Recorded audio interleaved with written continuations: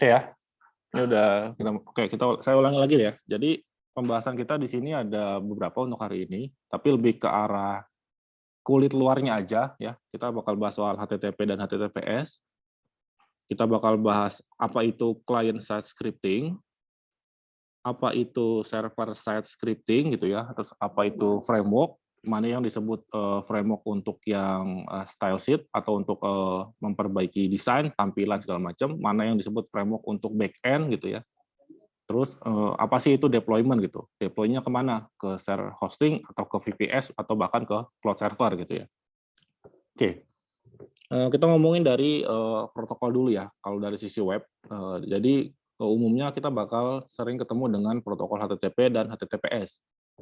Cuma secara garis besar sekarang sudah direkomendasikan untuk ditaruh di protokol HTTPS. Kenapa? Dengan alasan keamanan ya di situ. Jadi kalau misalnya cara kerjanya, tadi seperti yang saya bilang, kalau si website itu diakses menggunakan protokol HTTP, semua data yang dikirimkan ke sisi klien, ibaratnya ke sisi kita nih, kalau kita buka pakai browser ya, sisi usernya, data itu tidak di-encrypt gitu, di protokol HTTP itu. Jadi ketika mungkin ada data yang sifatnya penting atau bahkan sifatnya rahasia, itu masih bisa ambil datanya. Misalnya katakanlah ada orang yang mau mencuri data kita gitu, atau hacker istilahnya kayak gitu.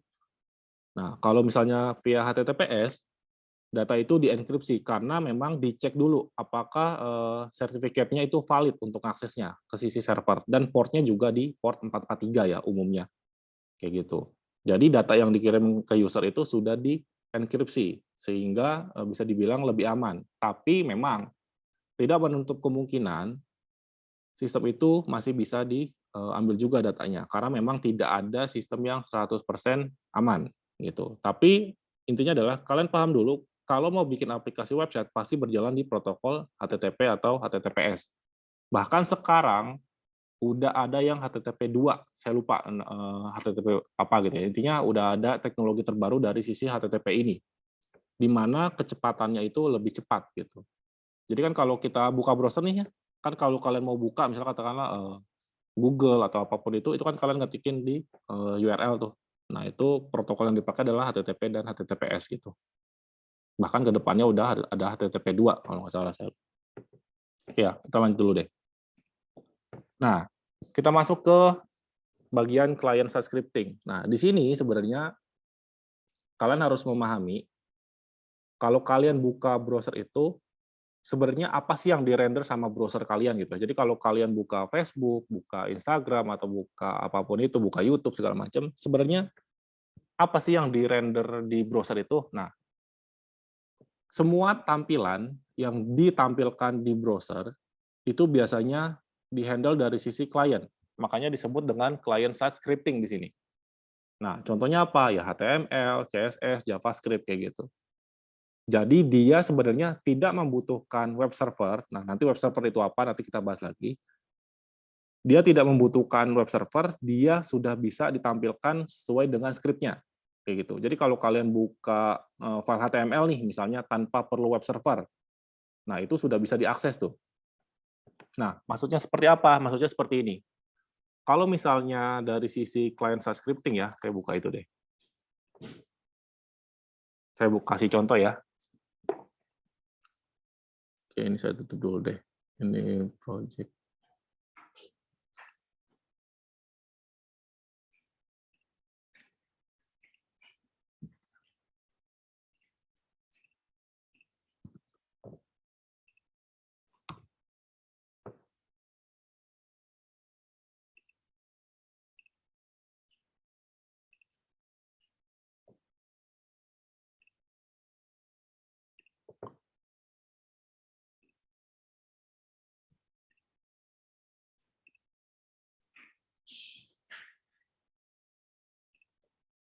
Oke ya, misalnya nih, saya kasih contoh deh.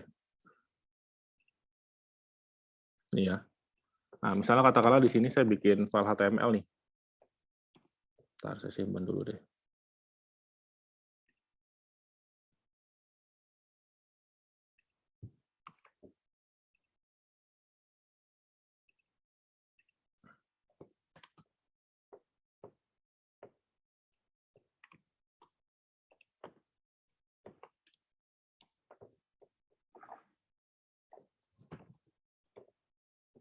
misalnya gitu ya.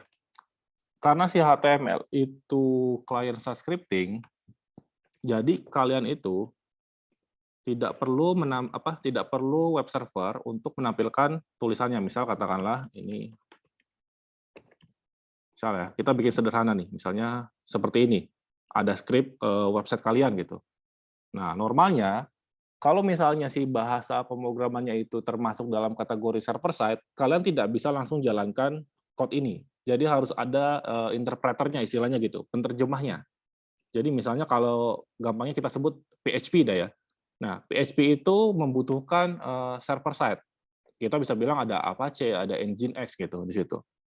Jadi kalau misalnya kalian nulis script PHP di sini dan kalian jalankan langsung via browser, itu pasti dia nggak bisa jalan. Tapi kalau misalnya itu kategorinya client side scripting, bentar ya saya coba jalanin. Nah, misal ya. Nah, ini kan file browser ya. Oke, kita coba di Firefox aja deh.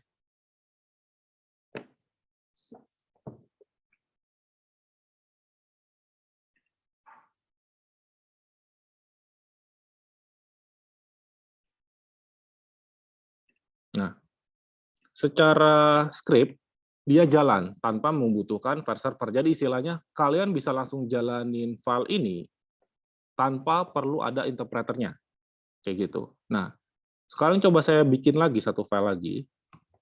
Katakanlah saya bikin file PHP gitu ya misalnya. Nah, di mana si PHP ini adalah bagian dari server side scripting nih. Misalnya latihan lagi gitu ya. Nah, latihan saya kasih extension PHP misalnya. Gitu ya.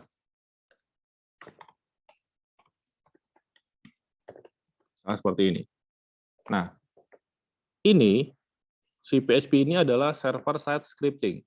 Nah, jadi ketika saya mau menjalankan ini, saya harus menggunakan web server. Nah, sekarang saya coba menjalankan itu tanpa menggunakan web server.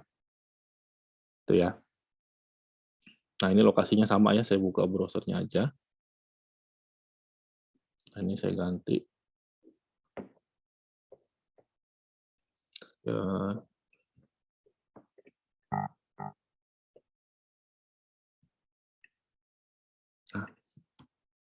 berarti ini saya ganti nih. Karena lokasinya tadi sama ya. Nah, tuh. Jadi dia itu tergantung browsernya. Kalau memang browsernya default-nya dia download, dia akan kearahin ke download. Kalau memang dia bukan, karena dianggapnya ini file nih, karena dia bukan client side scripting. Saya coba jalanin dari browser yang lain ya. Saya di sini deh.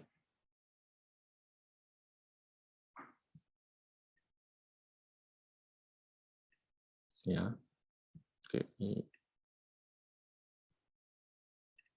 coba di sini. Nah, di sini kelihatan ya. Jadi si PHP-nya ini tidak diterjemahkan sebagai sintak PHP, tapi sebagai teks biasa. Nah, itulah yang disebut dengan client side scripting di sini. Kayak gitu. Jadi, dia itu bisa dijalankan tanpa perlu web server. Nah, satunya lagi adalah server side scripting. Oke, sekarang saya tunjukin lagi. Tadi PHP-nya itu kan bergerak di server ya. Nah, berarti di sini kita butuh web server nih istilahnya.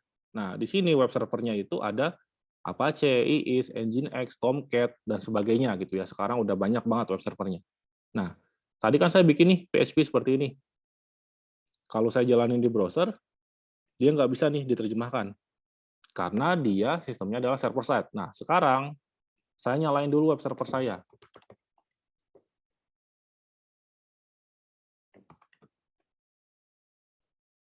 Saya bikin file ini di direktori web servernya. Ya, Apache-nya saya nyalain dulu. Nah, di sini saya pakai Apache ya. Kayak gitu. Nah, saya bikin dulu filenya di direktori Apache saya, misalnya. Di htdocs, misalnya katakanlah.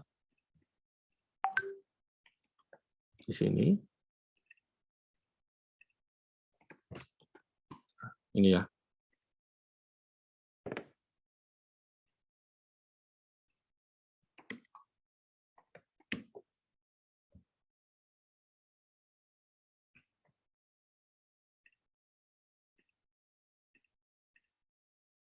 Oke, saya bikin file di sini. Misalnya, tadi latihan.php gitu ya. Saya bikin nih sintak buka PHP-nya. Intinya sintaknya sama persis dengan yang sebelumnya ya, yang tadi di sini. Nah, saya copy aja. Nah, ini ya. Secara sintak sama nih. Ya. Tapi sekarang saya coba jalankan ini mengikuti alurnya si web server. Karena memang si PHP ini adalah bahasa yang berjalan dari sisi server side. Saya sudah jalanin web servernya. Nah, saya coba akses di sini. Nah, karena dia web server berarti dia mengacu servernya itu ada di mana gitu ya. Nah, karena si web server saya ini ada di lokasi saya, di laptop saya dalam istilahnya di sini, berarti saya bisa pakai localhost. Localhost itu berarti menunjuk ke PC saya, atau bisa pakai 127.0.0.1. Itu berarti menunjuk ke direktori saya. Tinggal saya masuk, ada di subfolder yang mana nih tadi, si htdoc saya itu.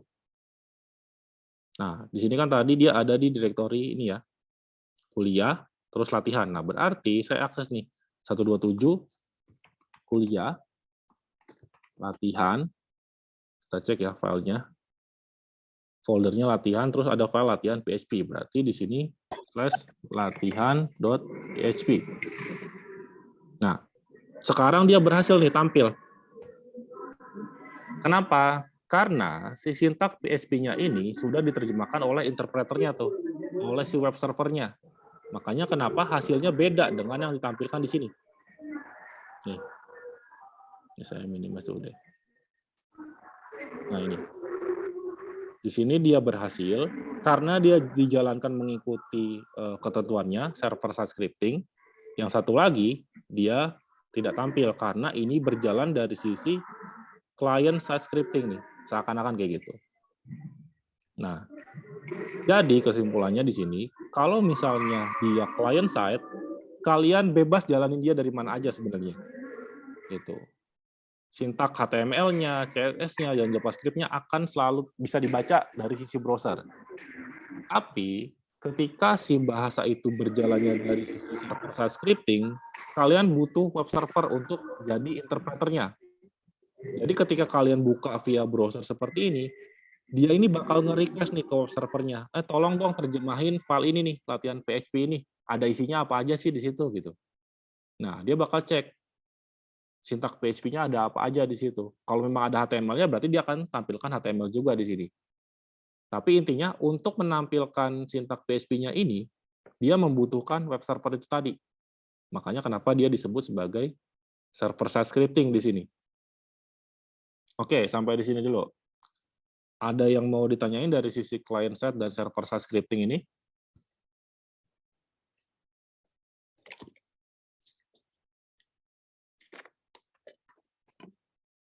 Atau bingung membedakannya?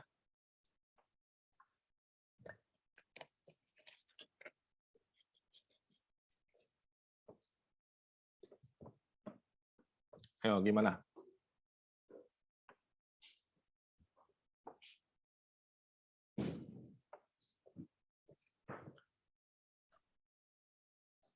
Ada yang mau ditanyain nggak? Karena nanti gini ya, kalau misalnya kalian bikin aplikasi web gitu ya, kalian pasti bakal ketemu dua sisi ini sih sebenarnya, gitu. Jadi kalian harus bisa ngebedain secara jelas mana yang termaksud client side scripting dan mana yang termasuk ke dalam server side scripting itu tadi, kayak gitu. Ada pertanyaan dulu dari bagian ini?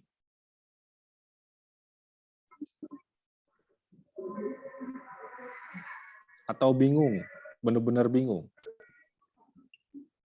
Belum, Pak. Mungkin nanti. Masih itu ya, masih jelas lah ya.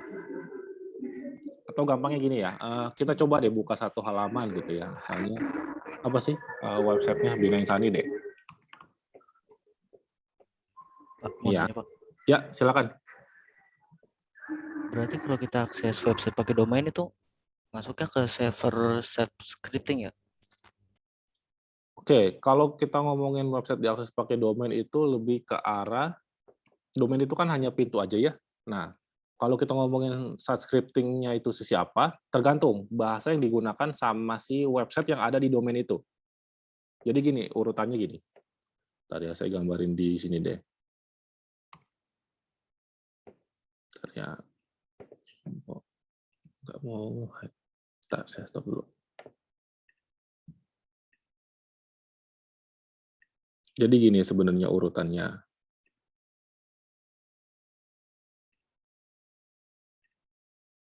Nah, ini ya. Jadi sebenarnya kan gini, kan ini ya browser ya. Browser. Oke, saya gedein tulisannya. Nah, itu ya. Kan pertama kita buka browser ya. Nah, normalnya kan kita isi domain gitu, kata www.domain.com gitu ya. Nah, terus kan pertanyaannya, yang berjalan di domain itu apa gitu ya? Apakah dia termasuk client side atau termasuk server side gitu ya? Sini, gitu kan? Nah, jawabannya adalah bisa keduanya, tergantung dari apa yang bakal ditampilkan dari domain ini, gitu. Domain ini sebagai pintu aja sebenarnya. Jadi sebenarnya kan domain ini bakal mewakili server gitu ya, katakanlah gitu, server atau host. Jadi sebenarnya ketika kalian mengakses suatu domain itu, dia bakal nunjuk ke satu server yang memang dibinding ke domain itu. Gitu. Nah, di dalamnya ada apa aja? Biasanya kalau memang itu aplikasi yang sudah ada database-nya, kita bisa bilang itu ada keduanya nih. Client side scripting sama server side scripting. Nah, terus Pak, kita taunya membedakannya gimana? Sebenarnya gampangnya gini, bahasa-bahasa itu memang sudah dikategorikan. Jadi makanya di sini kenapa saya tampilkan untuk client side scripting, contohnya adalah HTML, CSS, JavaScript.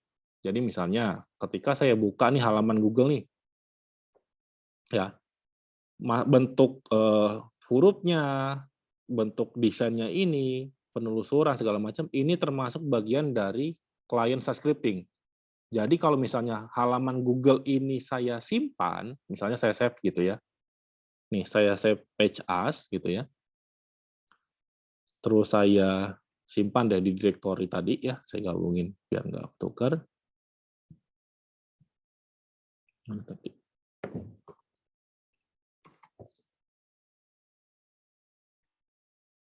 Di sini deh ya, misalnya ini contoh .html gitu ya. Nah, semua yang termasuk dalam client side scripting saya bisa buka langsung nih. Sorry, di dokumen.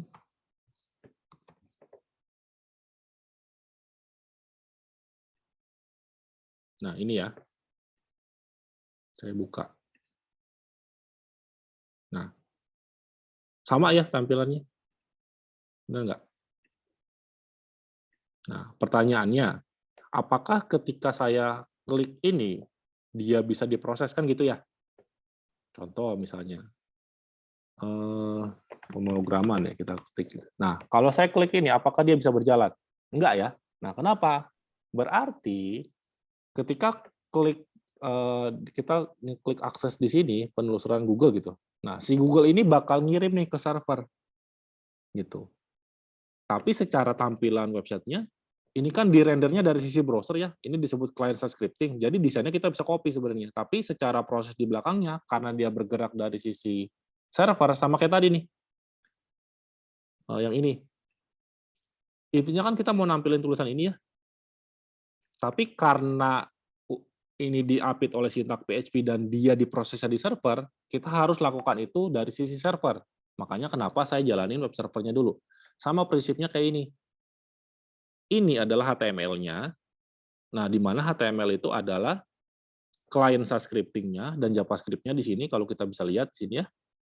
Nah, tapi ketika kita text action di sini, dia bakal nge-hit ke server. Makanya kenapa dia tidak jalan nih, meskipun kita ketik di sini.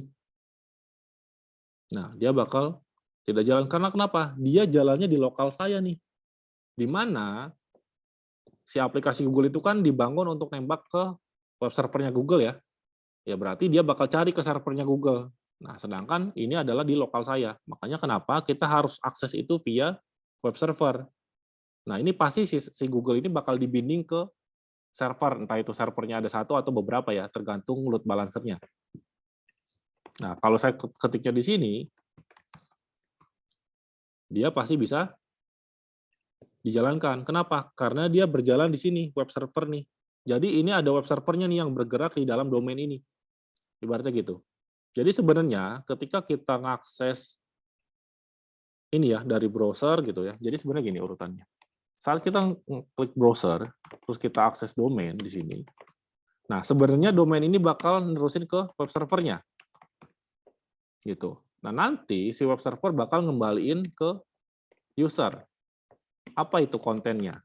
Gitu. Jadi alurnya gitu. Jadi ketika kita ngeklik domain terus kita lakukan interaksi gitu ya. Nah, itu bakal diproses sama si web server, butuhnya apa nih? Nah, nanti kalau memang ketemu di servernya, ini bakal dikembalikan ke sisi user.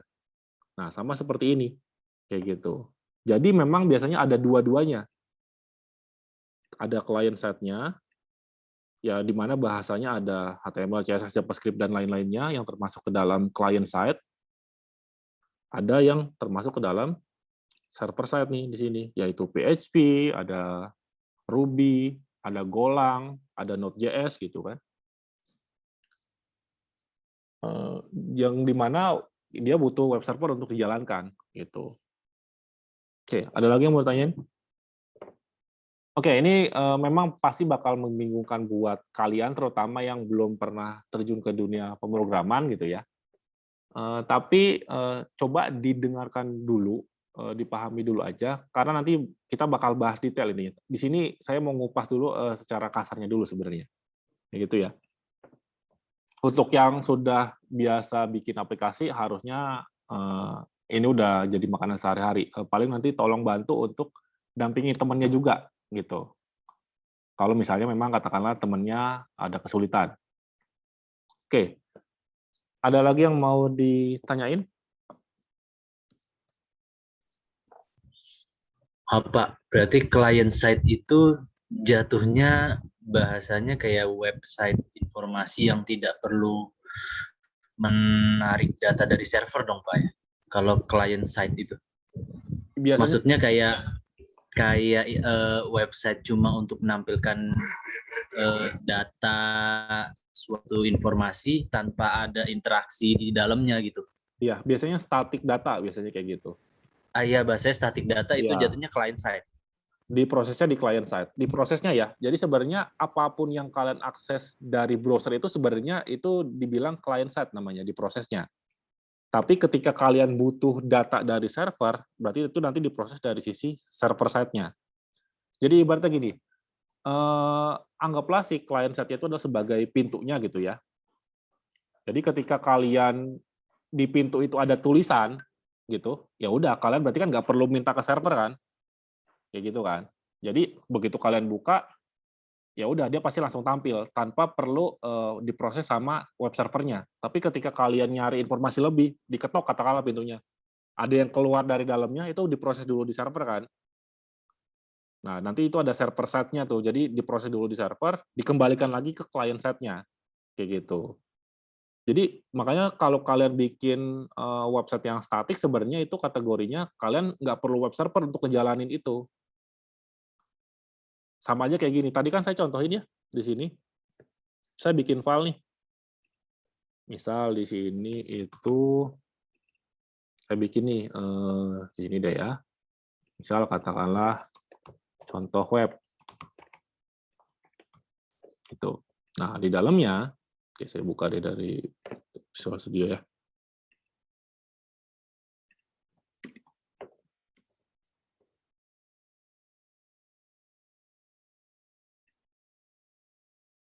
Banyak bentar ya.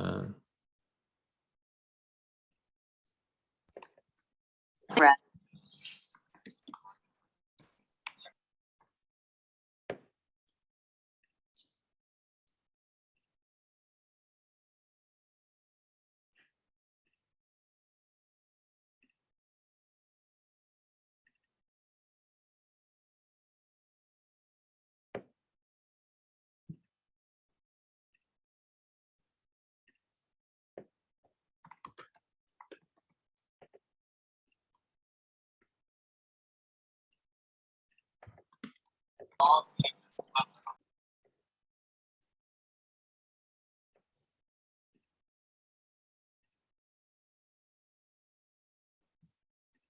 misal gini ya, ini saya ada satu folder nih, gitu. Nah, di folder ini saya mau bikin nih, katakanlah website sederhana lah gitu ya, tapi datanya statik. Contoh, misalnya katakanlah ini halaman index.html gitu. Saya bikin nih HTML-nya di sini. Misalnya saya kasih di sini. Ini halaman indeks gitu ya, atau halaman home gitu. Nah, dari indeks ini saya mau ke halaman lain nih, misalnya katakanlah profil.html gitu.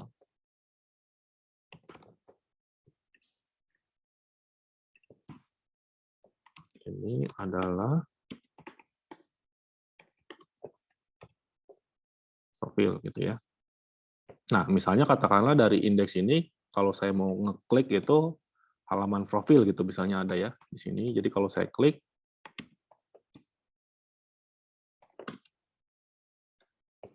ini profil.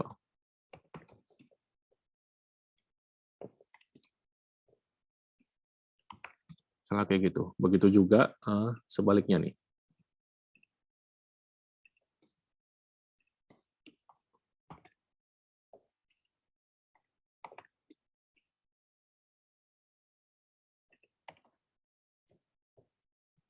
Kita rubah.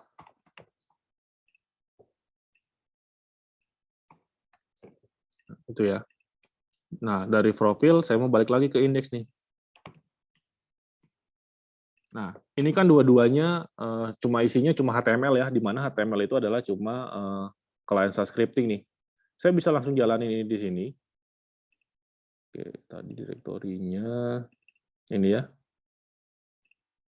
Saya coba buka di browser. Kan kebuka nih.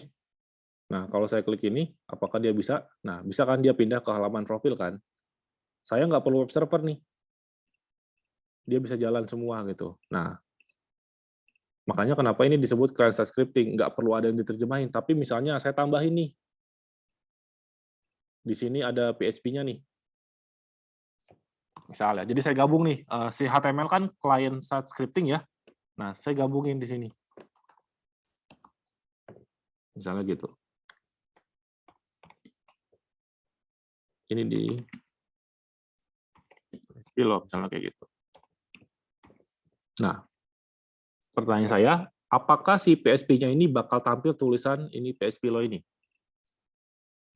Menurut kalian deh, HTML kan client-side ya, berarti kan di browser dia nggak masalah. Nah, PHP-nya ini tampilannya seperti apa? Apakah tulisannya lengkap ini yang saya blok, atau dia tampil tulisannya hanya ini?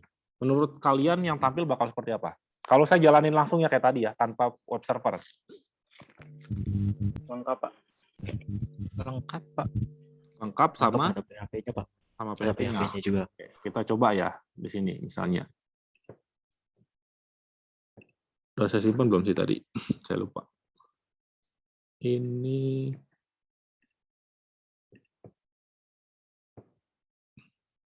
bentar ya. Kebaca nggak nih? Nah, ini. Ya. Nggak kebaca tuh. Ya karena memang dia bukan itu ya, bukan client-side scripting ya. Nah, sekarang coba saya pindahin ya. Saya coba jalanin script ini, script yang ini di web server ya. Saya copy dulu berarti filenya. File ini contoh web. Saya copy ini ke dalam web server saya nih. Saya taruh di sini deh ya, sorry. Ini ke mana tadi? Kuliah. Nah, di sini. Nah, saya taruh di contoh web ya. Berarti saya ngaksesnya dari browser adalah localhost, terus berarti apa tadi? Kuliah ya, sesuai direktorinya ya. Jadi ini bisa beda-beda tergantung lokasi di web servernya kalian gitu ya. Contoh web gitu. Localhost atau 127 sama aja ya.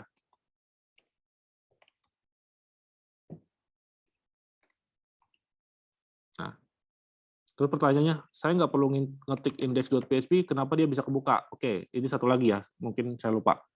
Jadi ketika kita ngakses satu direktori, dia pasti bakal cari yang namanya index. Intinya gitu. Jadi sebenarnya ini tuh ngakses ini, index.html. Tapi kalau dia namanya index, secara otomatis si browser bakal mengenali file root-nya adalah si index itu. Kayak gitu. Nah, jadi kalau saya ke profil, nah ini dijalankan dari sisi server side nih. Tapi kan di sini yang ditampilin cuma client side doang kan. Nah, sekarang kita coba tambahin. Itu ya. Ini contoh web yang di sini. Nah, kenapa dia nggak jalan? Kita lihat di sini ya. Karena si HTML ini adalah extension-nya. Sedangkan kita mau nambahin sintak PHP itu tadi tuh. Kita edit deh. Sorry, saya salah buka editor. Visual Studio Code. Nah, ini ya. Ini kan sintak PHP nih. Tapi kita simpen dia sebagai HTML. Pasti si web server nggak ngenalin ini sebagai PHP. Gitu. Nah, caranya gimana? Sebenarnya ada banyak opsi untuk nampilin dari sisi server side scripting. Bisa lewat Ajax atau memang extension-nya diganti supaya si web server itu ngenalin kalau ini tuh file PHP loh, meskipun di dalamnya ada HTML. Oke, sekarang saya coba ganti filenya. Supaya si PHP-nya ini kebaca, saya bakal ganti index.html ini menjadi index.php.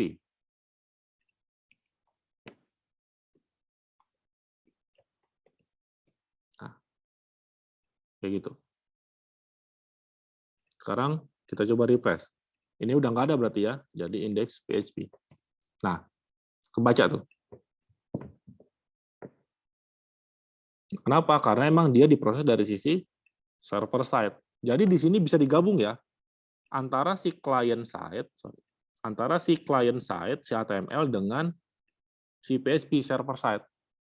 Nah, tinggal masalah si file ini diprosesnya dari mana? Apakah dia melalui web server dulu untuk menerjemahkan bahasa-bahasa yang tipenya server side, atau dia langsung diproses dari sisi klien tanpa melalui web server? Kalau yang ini kan dari sisi klien ya, meskipun di sini indeks PHP-nya diakses. Nah, sorry, ini HTML tadi ya tetap ya. Nah, ini saya ganti juga deh, jadi index.php juga deh, supaya sama ya kasusnya. Itu ada di sini berarti. Nah, di sini ya. Sorry, salah folder di luar. Oh, di sini benar. Nah, ini. Nah, ini saya ganti nih. Jadi PHP juga deh. Nah, tapi karena dia tidak diproses dari sisi web server, ya, yang ini nih, kan sama nih ya. Tuh. Dia tetap tidak terbaca tuh si PHP-nya, gitu. Atau kita akses dari Chrome deh ya, biar lebih jelas. Settingan default-nya saya itu adalah download. Nah, tuh, kayak gini. Jadi dia benar-benar dibaca apa adanya nih. Karena memang ini diprosesnya dari sisi server. Bahkan si HTML-nya ikutan kebaca sebagai server side. Jadi dia kebaca apa adanya nih. Makanya kenapa jadinya ngaco. Tapi kalau kita proses dari sisi server side, nah dia bakal tampil sesuai dengan isinya. Kayak gitu. Nah terus pertanyaannya, apakah kita harus bangun dengan dua itu Pak? Enggak juga sih, tergantung kebutuhannya ya. Kalau memang aplikasinya statik semua, datanya kan bisa di hardcode ya, seperti tadi tuh. Seperti ini, bisa diisi langsung diketik gitu. Misalnya katakanlah, saya mau nampilin tulisan ini, ya udah, saya nggak perlu pakai PHP-nya, langsung aja kayak gini kan, kayak gitu. Cuma kan pertanyaannya, apakah website kita selalu statis gitu? Ketika ada perubahan kan berarti kita harus update tuh websitenya.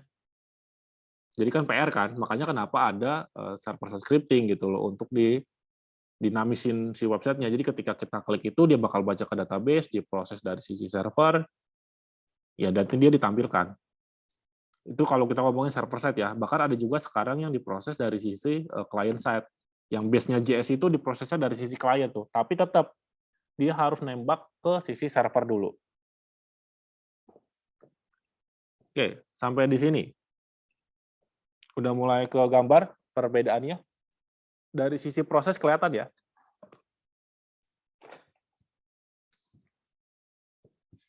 Ada lagi yang mau ditanyakan? Intinya kalian paham dulu nih, perbedaannya dulu ya.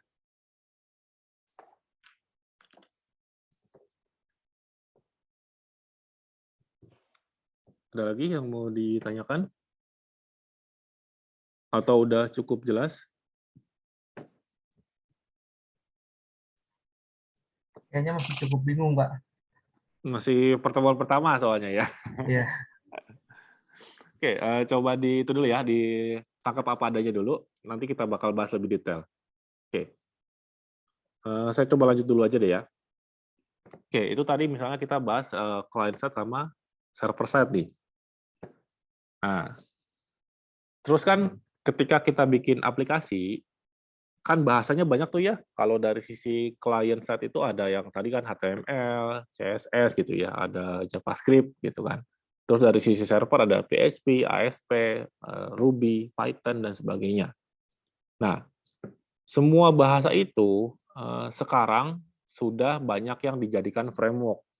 Nah, kalau kalian lihat di sini, ini adalah sebagian besar framework yang digunakan untuk development. Tujuannya framework itu apa sih? Ibaratnya framework itu kayak tools lah untuk mempermudah kita membuat website gitu ya. Kalau misalnya kita nggak pakai framework, kita bisa manual tuh. Jadi kalian bikin halaman satu-satu kayak tadi tuh.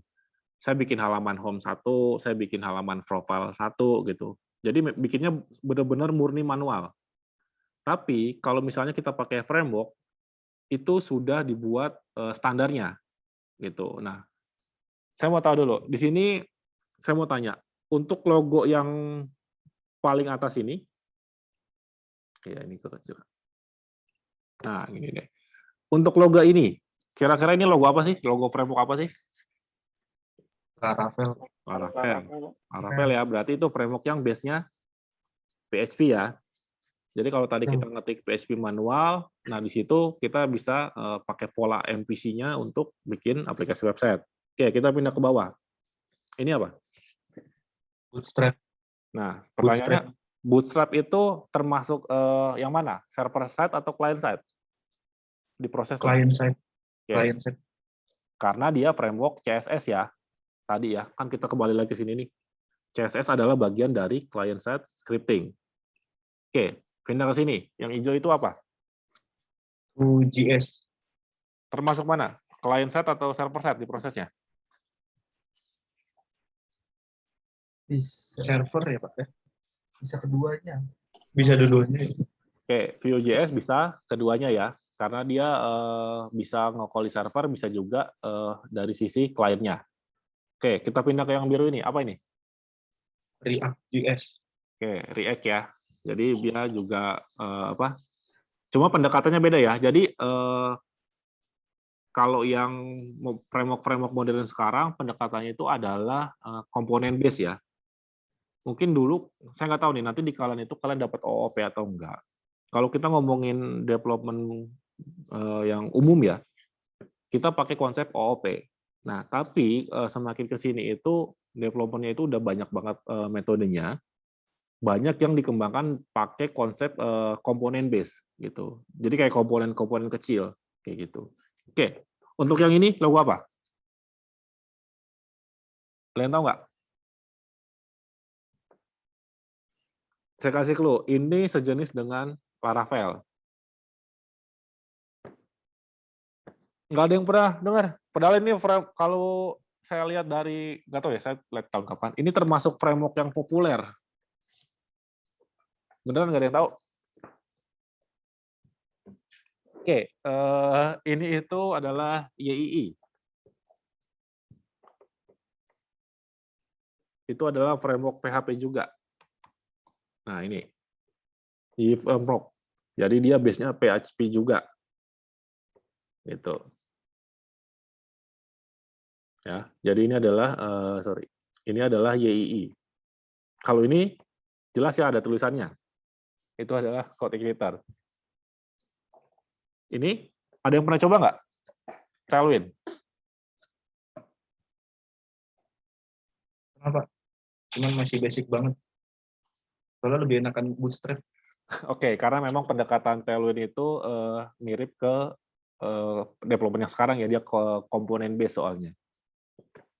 Oke, nah ini adalah beberapa contoh ya dari tools yang dibuat untuk memudahkan kita bekerja sebenarnya. Nah makanya tadi kenapa di project UAS-nya itu saya kasih tuh kebebasan. Project-nya boleh dibangun dengan menggunakan framework-framework ini gitu. Framework yang lain pun nggak apa-apa ya, intinya boleh menggunakan framework. Nah, cuma pertanyaannya gini, apakah dengan menggunakan framework selalu bisa mempercepat pekerjaan? Jawabannya bisa iya, bisa tidak. Tergantung dari bagaimana cara kita memahami framework itu sendiri ya. Ibaratnya gitu. Contoh misalnya katakanlah, kalian terbiasa bikin aplikasi pakai native nih.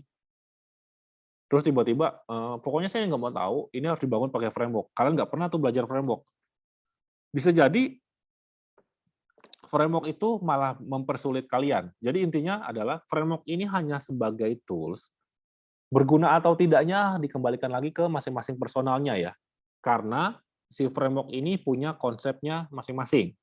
Kayak gitu. Jadi yang perlu digarisbawahi adalah menggunakan framework tidak selamanya mempercepat pekerjaan. Kembali lagi ke siapa yang menggunakan framework itu, gitu ya. Nah, nanti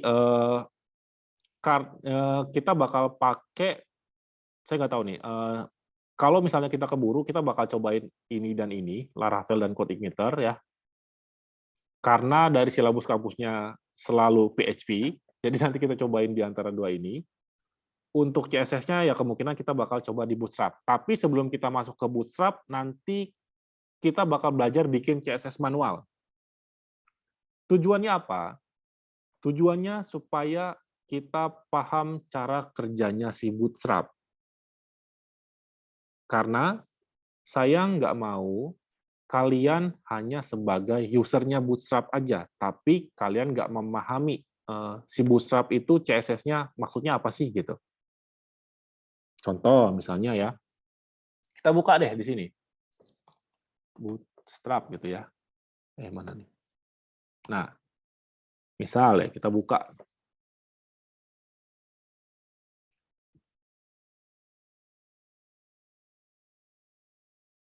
Nah, misal nih, kita masuk ke komponen ya. Ke form deh. Ini misalnya. Nah, ini ya. Misalnya, di sini kan ada nih kelas ya. Kelas sama dengan form strip select. Area label sama dengan default, spasi select, spasi example. Nah, kita bakal belajar bikin manual si form select ini sebenarnya isinya apa. Gitu. Jadi cara bacanya ini sebenarnya kelas ini maksudnya apa sih? Tujuannya apa? Supaya kalian bisa ketika nanti ada custom dari sisi Bootstrap-nya. Misalnya katakanlah, kayaknya komponen Bootstrap ini nggak sesuai deh dengan keperluan saya. Nah, kalian bisa override nih. Kalian bisa timpa default-nya Bootstrap gitu. Jadi tujuannya ke situ. Jadi kita bakal belajar bikin CSS manual intinya, supaya kalian paham cara membaca ini. Sebenarnya ini tuh apa sih gitu loh. Kayak gitu. Kenapa? Karena si CSS ini adanya adalah di Bootstrap-nya, di bagian apa yang kita import nih, di sini. Jadi sebenarnya dia sudah mempolakan CSS standar apa yang bakal sering dipakai di website. Kayak gitu. Ya, jadi nanti kita bakal belajar bikin manualnya tuh. Supaya kita paham cara bacanya. Makanya kenapa tadi di awal banget saya bilang kita fokus di belajarnya, bukan di hasil akhirnya dulu. Kayak gitu. Itu ya. Oke, kita lanjut lagi. Nah, terus pastikan terakhir setelah si website itu selesai dibuat gitu ya. Pertanyaan adalah, Pak, bagaimana caranya supaya si website saya ini atau aplikasi saya ini bisa diakses sama orang banyak gitu kan ya. Nah, berarti kan kita harus deploy tuh. Nah, pertanyaannya adalah, cara deploy-nya seperti apa?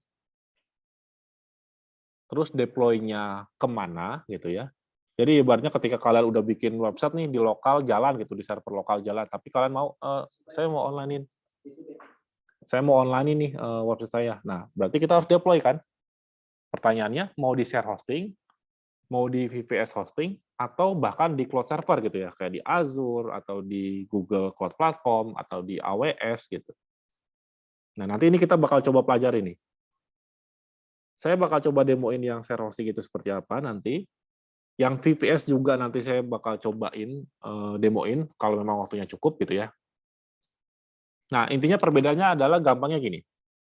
Dari yang dua gambar ini dulu ya. Kalau misalnya share hosting itu kayak kalian sewa ke providernya apapun itu, ada Niaga Hoster, Jago Hosting, Webmaster segala macam. Anggapannya di sini gambarnya kelihatan ya. Ini adalah website kalian. Ini adalah website saya misalnya, atau ini adalah website teman kalian. Jadi website kita itu di-hosting di server yang sama. Jadi makanya kenapa disebut dengan share hosting. Cuma nanti dari masing-masing hosting ini bakal dibinding ke domainnya masing-masing. Kayak gitu. Jadi misalnya ini katakanlah www.domaina.com, terus ini misalnya www.domainb.com gitu. Ini www.domainc.com. Di satu server yang sama. Berarti kita bakal hosting di server yang ibaratnya barengan lah sama orang lain. Kayak gitu. Nah, atau kita taruh di VPS hosting. Berarti kita nyiapin server kita sendiri dari instalasi web servernya, instalasi OS-nya, konfigurasi web servernya, ngupload filenya, gitu. Nanti ini perbedaannya kelihatan. Nanti kita bakal bahas lebih detail. Oke. Dari sekian banyak nih komponen yang kita bahas hari ini ya, ini masih luarnya aja. Ada yang mau tanya dulu nggak?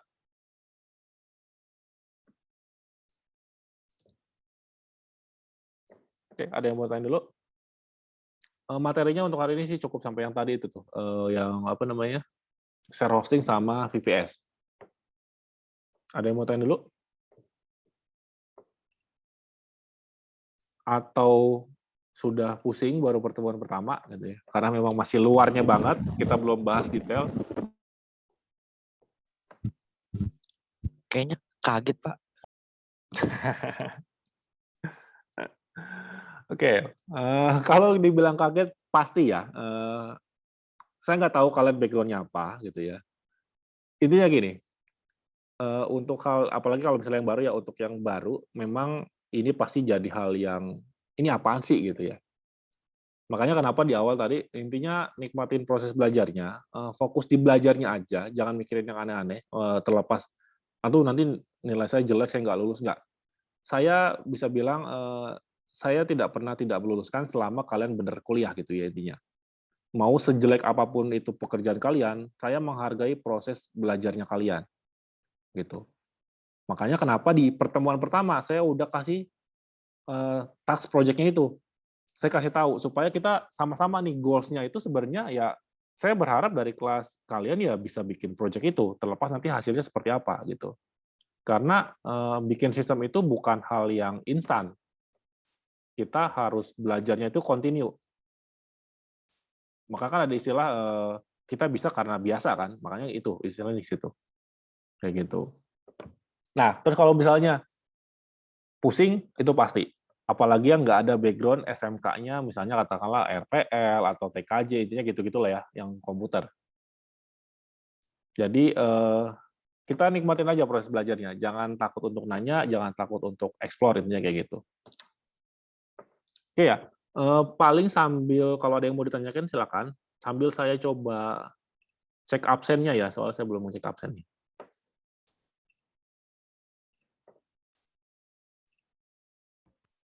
Pak, kan saya benar-benar buta nih. Hal apa maksudnya biar maksudnya ada awalannya. Program apa yang harus saya install dulu? Maksudnya saya benar-benar buta. Jadi maksudnya kalau saya udah tahu programnya mungkin saya kulik lagi di Google gitu. Oke, oh iya tadi saya nggak bahas itu ya. Oke gini, jadi dicatat ya. Jadi nanti rekaman juga saya kasih. Jadi intinya kalau kita mau ngomongin web development gitu ya, kita di sini kan fokusnya web ya. Berarti ya paling gampang adalah pastikan browsernya ada. Ya browsernya bisa apapun itu. Ya minimal browser itu lebih dari satu. Kenapa? Gini, hasil development web itu bisa beda di berbagai macam browser. Contoh, misalnya kalian bikin satu halaman web nih di browser A gitu ya. Di browser A tampilannya kok bagus gitu. Begitu kalian buka di browser B kok tampilannya jelek. Nah, itu bisa jadi memang ada browser yang secara default mengaktifkan fitur-fitur tertentu, ada browser yang secara default memang fitur itu dimatikan. Kayak gitu. Contoh, nggak tahu ya masih ada yang pakai Internet Explorer nggak ya? Kalau masih ada, ini saya kasih tahu. Jadi kalau misalnya kita di Google Chrome atau Firefox gitu ya, JavaScript-nya itu setahu saya enable-nya udah on. Jadi secara default si JavaScript-nya itu bakal dibaca tuh kalau kita buka di Chrome atau di Firefox atau di Opera gitu. Tapi ketika kita buka di Internet Explorer misalnya, JavaScript-nya itu default-nya mati.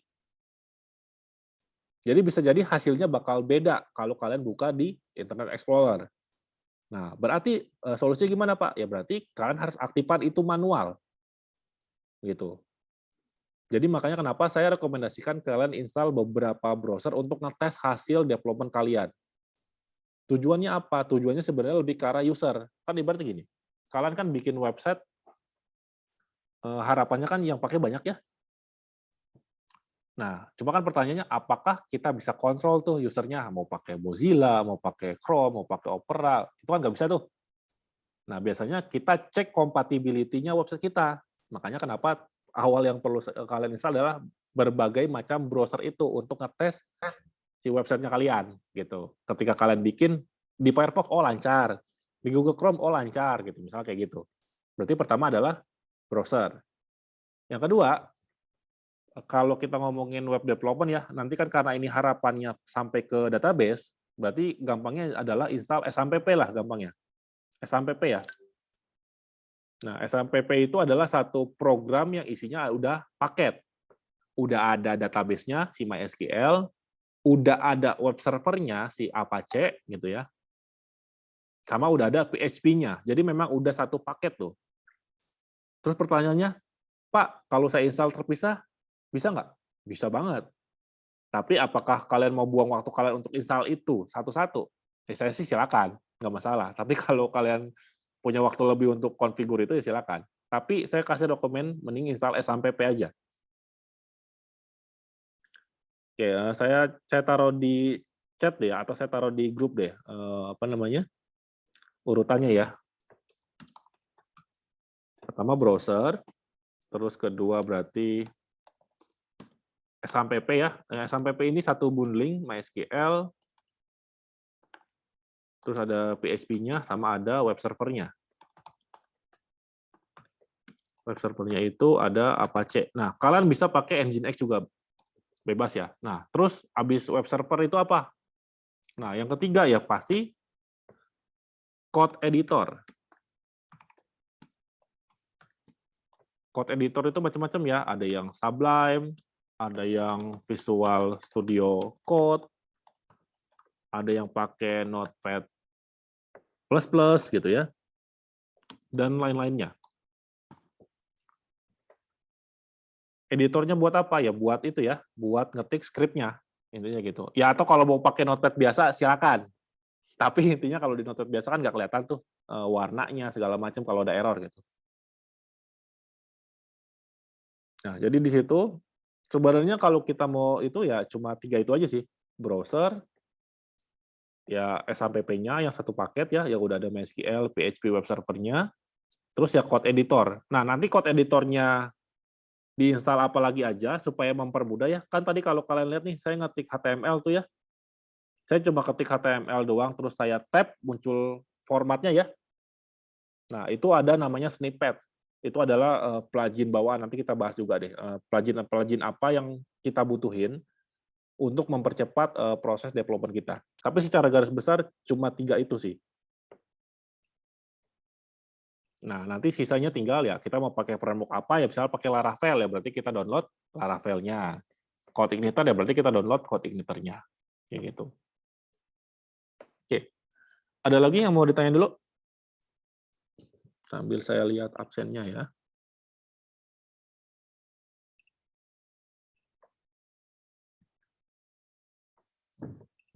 Berarti ada 4 dong ya Pak. Browser, Sampipi,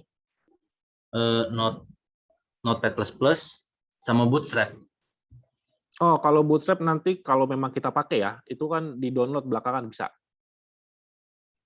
Jadi sebenarnya Bootstrap itu kita nggak bisa bilang dia mandatori ya. Makanya tadi saya bilang, kalau kalian mau bikin CSS-nya manual, berarti kalian nggak butuh Bootstrap. Tapi kalau kalian mau mempercepat pekerjaan kalian, berarti kita nanti bakal download Bootstrap-nya. Jadi sebenarnya Bootstrap itu bukan sesuatu yang wajib diinstal sebenarnya, tapi bisa dipakai untuk mempercepat pekerjaan kita. Itu konsepnya sama dengan framework tadi tuh, Laravel, CodeIgniter, YII, gitu. Tapi nanti kita bahas bagaimana cara pakai Bootstrap-nya, bagaimana cara bikin manualnya, intinya kayak gitu. Untuk di awal jangan diinstal dulu juga nggak apa-apa sih kalau Bootstrap mah. Karena itu tidak jadi kewajiban ya, tidak jadi kewajiban saat kita belajar web development. Nah, yang saya taruh di grup itu adalah sesuatu yang wajib diinstal kalau kita mau belajar web development, kayak gitu. Oke, absen. Oh ya, saya biasa absen panggil satu-satu ya. Jadi silakan nyaut kalau misalnya saya panggil. Kalau yang ada izin silakan diinfokan. Misalnya si ini izin Pak, gitu ya. Oke, saya mulai ya. Afif Hoirul Amri, ada nggak? Ada, Pak. Oke, terus Aldo Tri Rizky. Ada nggak? Ada nggak Aldo? Nggak ada ya? Nggak ada kabar juga ya? Oke, terus Andi Saputra. Hadir, Pak. Oke. Aprianto. Nggak ada ya Aprianto ya? Oke, terus Bagas Friansyah.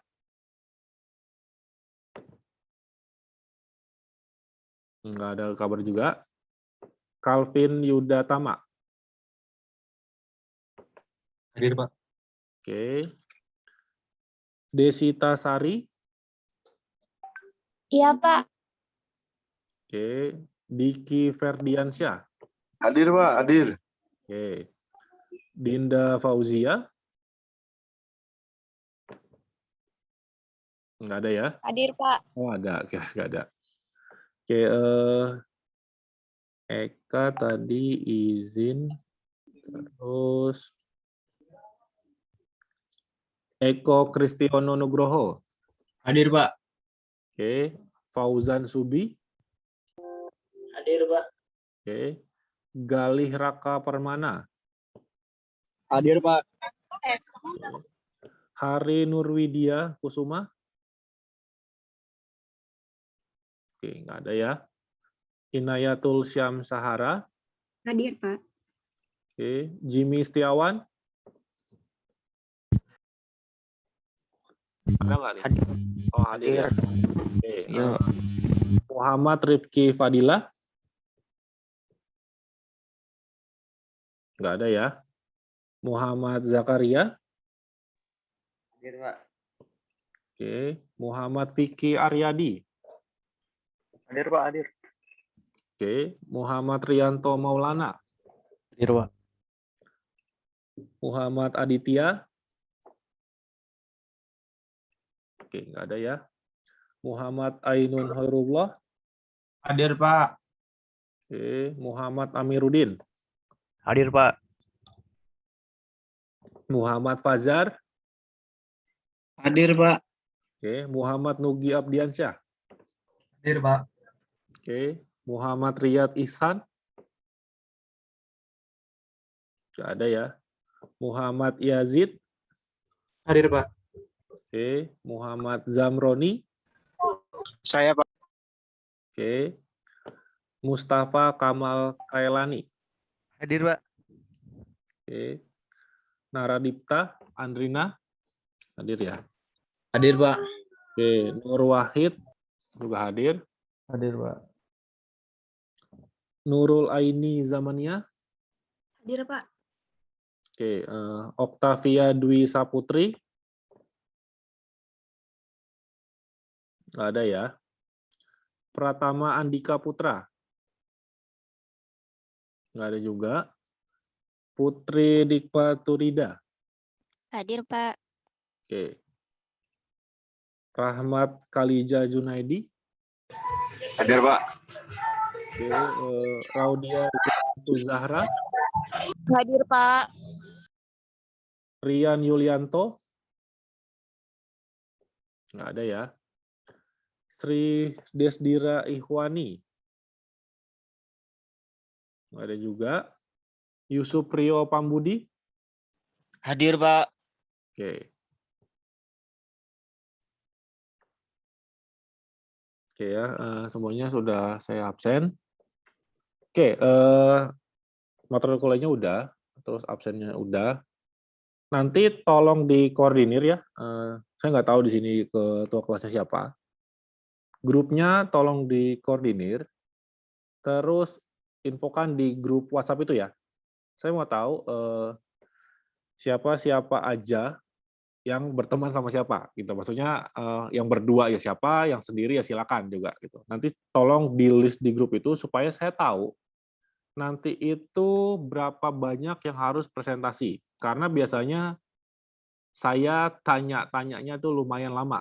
Kenapa? Karena memang saya pengen kalian itu bener-bener keasah dari skill teknisnya gitu ya. Oke, Sri Desindra sama Octavia ya. Bentar.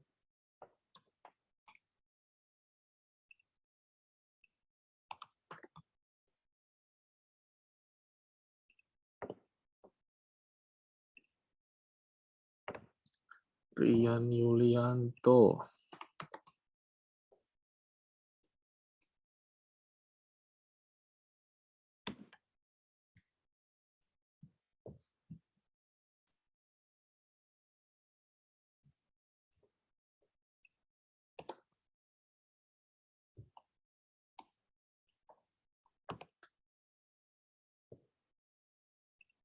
Oke, ya udah ya, yang ada di grup yang absennya telat, saya udah absenin. Jadi, saya nggak masuk ya. Oke. Untuk pertemuan hari ini, saya rasa cukup ya. Kalau misalnya ada yang kurang jelas, atau ada yang mau ditanyakan di luar perkuliahan ini, silakan aja di Japri atau di grup boleh, kalau memang pengen teman-temannya lihat juga gitu ya. Saya open untuk discussion, bahkan di luar mata kuliah ini. Gitu. Selama saya bisa jawab, saya bakal jawab pertanyaannya, kayak gitu. Oke, kali lagi saya pesan ya, kelompoknya jangan lupa untuk di-share di grup. Dan kalau memang ada temennya yang belum masuk grup, tolong dikoordinasikan supaya dia bisa masuk ke grup itu.